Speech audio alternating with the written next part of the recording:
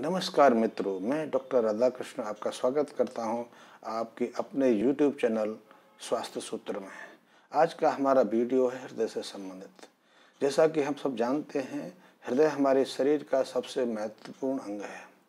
हृदय पर हमारे जीवन का, हमारे स्वास्थ्य का, हमारी पौरुषता का, हमारी सारी कार्यक्षमता का जो आधार है वो टिका है।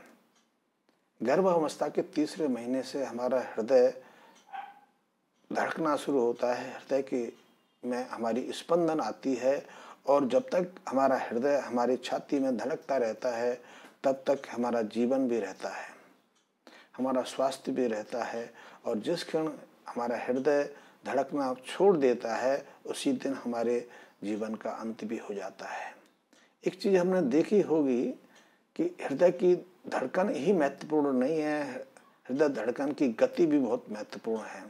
यदि हृदय अपनी सामान्य गति से धड़कता है तो हम पूर्ण स्वस्थ रहते हैं। यदि हृदय की गति अपनी गति से धीमी पड़ने लगती है, अनियमित होने लगती है या उससे तीव्र हो जाती है तो ऐसी स्थिति में हमारा शरीर, हमारा स्वास्थ्य खतरे में पड़ जाता है। तब हम बीमार पड़ते हैं, स्वास्थ्य, हमारा हृदय भी उस स्थिति में कमज़ोर और निर्बल हो जाता है। एक चीज़ देखी होगी और ऐसा माना जाता है कि हृदय हमारा गर्भावस्था के तीसरे महीने से धड़कना शुरू करता है। पहले एक नाभि के पास स्पंदन शुरू होता है, बहुत धीमा स्पंदन शुरू होता है। उसके बाद हमारा शरीर मांस रूप में जो उस समय तक रहता है 3 भागों में बांटता है। एक भाग से हमारा सिर आकार ग्रहण करता है, दूसरे आकार से हमारा धड़ भाग आकार ग्रहण करने लगता है और तीसरे भाग से हमारे पैर, हमारा शरीर का निम्न हिस्सा आकार ग्रहण करता है। जब स्पंदन शुरू होता है नाभि के पास तो स्पंदन धीरे धीरे खिसक कर ऊपर की तरफ अपने हृदय स्थल पर आकर केंद्रित हो जाता है। हृदय की स्पंदन के बाद शरीर के दूसरे अंग जैसे हमारे फेफड़े हैं, हमारे मस्तिष्क है, हमारी किडनी है या दूसरे बहुत महत्वपूर्ण अंग आहार तंत्र है, हमारा जननेंद्रियां हैं, ये भी आकार ग्रहण लगते हैं। शुरू में हमारे जो सिर का भाग है उस पर नाक, आँख, कान एक बहुत सूक्ष्म बिंदु के रूप में उभरते हैं। ऐसे ही हृदय स्थल पर जो स्पंदन की जगह थी वहाँ धीरे धीरे हृदय भी अपना आकार ग्रहण करने लगता है। एक चीज और भी हमने देखी है कि गर्भावस्था के पूरे 9 महीने तक हमारा हृदय तो पूरी क्षमता के साथ काम करता है, लेकिन शरीर के दूसरे जो अंग हैं वो अपनी क्षमता में नहीं रहते, वो निष्क्रिय अवस्था में रहते हैं। वो आकार तो ग्रहण करते हैं, वो पूर्ण अवस्था में भी रहते हैं लेकिन निष्क्रिय अवस्था में रहते हैं। जैसे हमारे फेफड़े हैं वो जन्म के उपरांत प्रथम श्वास के साथ अपना कार्य संभालते हैं। हमारा जो लीवर है वो गर्भावस्था में पूर्ण निष्क्रिय रूप में रहता है। हमारे जो पाचन तंत्र हैं गर्भावस्था में कोई कार्य नहीं करते। हमारी किडनी बिल्कुल निष्क्रिय अवस्था में रहती है, लेकिन हमारा हृदय अपनी पूरी क्षमता के साथ काम कर रहा होता है। इसलिए हृदय को अपने बहुत महत्वपूर्ण ही माना है स्वास्थ्य के लिए और जीवन के लिए भी।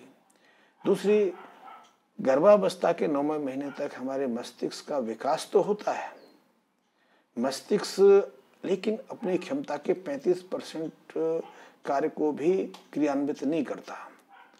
जन्म तक हमारे मस्तिष्क में कुछ क्रियाओं पर नियंत्रण रखने का, कुछ क्रियाओं को संचालित करने तक की क्षमता विकसित होती है।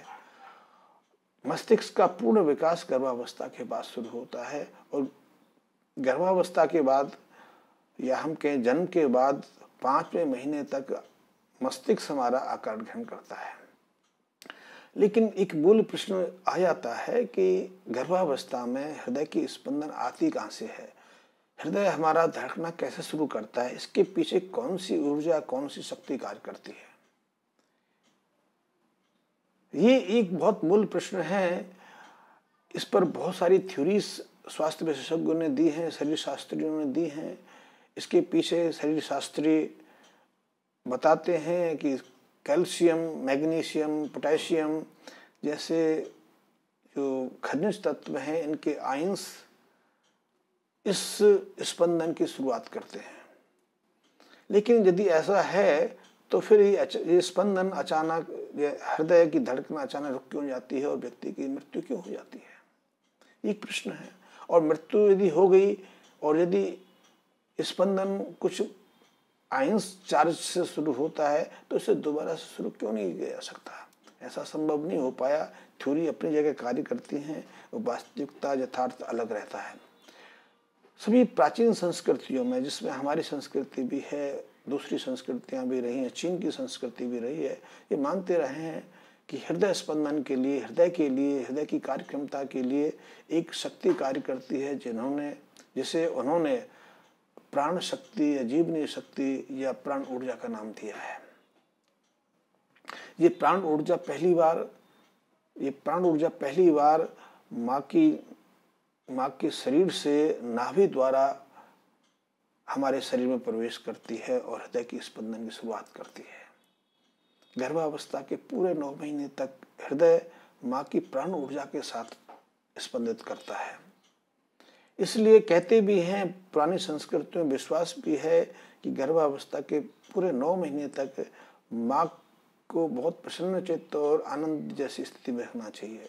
माँ को तनाव से दूर रखना चाहिए, कुंठा से दूर रखना चाहिए, विद्वेष से दूर रखना चाहिए।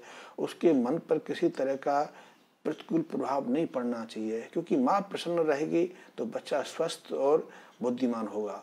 यदि गर्भावस्था में माँ विषाद में रहेगी, तनाव में रहेगी, चिंतित रहेगी, भयग्रस्त रहेगी, तो उसका प्रभाव उसके गर्भ में पल रहे बच्चे के शरीर और मन दोनों पर पड़ेगा। ऐसा बच्चा अक्सर या तो अस्वस्थ पैदा होता है या जन्म के उपरांत उसका मानसिक विकास पूरी क्षमता से नहीं हो पाता, या यदि वो मानसिक क्षमता से विकसित होता भी है तो वो अहिंसक प्रवृत्तियों में शामिल होता है, वो असामाजिक कार्यों में संलग्न रहता है। ये एक प्रश्न है, बहुत हम लोग काम कर रहे हैं इस पर, और ये विषय बहुत बड़ा है, इस पर फिर कभी चर्चा हम कर पाएंगे। अभी सूक्ष्मता मैं हृदय तक अपने विषय को सीमित रखता हूँ। तो एक चीज़ है कि हमारे शरीर में प्राण ऊर्जा 2 बार प्रवेश करती है।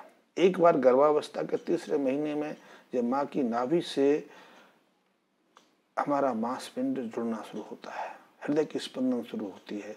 और दूसरी बार प्राण ऊर्जा का संचार हमारे शरीर में तब होता है जब बच्चा गर्भ से बाहर आकर प्रथम श्वास ग्रहण करता है। इसलिए प्रथम श्वास का भी हमारे जीवन में बहुत महत्व है, और गर्भावस्था के 3रे मास का भी बहुत महत्व है। प्राण ऊर्जा के साथ हम एक चीज देख सकते हैं, श्वास के साथ हम चीज देख सकते हैं कि श्वास सिर्फ हवा नहीं, सिर्फ ऑक्सीजन नहीं या दूसरी गैस नहीं, इन माध्यमों को, इन गैसों को, इस वायु को प्राण ऊर्जा एक वाहन के रूप में प्रयोग करता है, एक वाहन के रूप में संचालित करता है। और इस प्राण ऊर्जा पर हमारी खान पीन, आहार विहार, हमारे प्रदूषित वातावरण, हमारे प्रशुद्ध विचारों, हमारी प्रसूतिक मानसिकता, हमारे यौनाचार, इन सब का प्रभाव पड़ता है। इससे हम सहज रूप से बीमार होते हैं।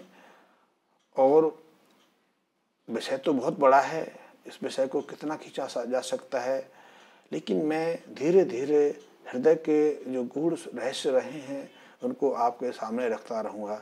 आज हम यही इस विषय को विश्राम देते हैं।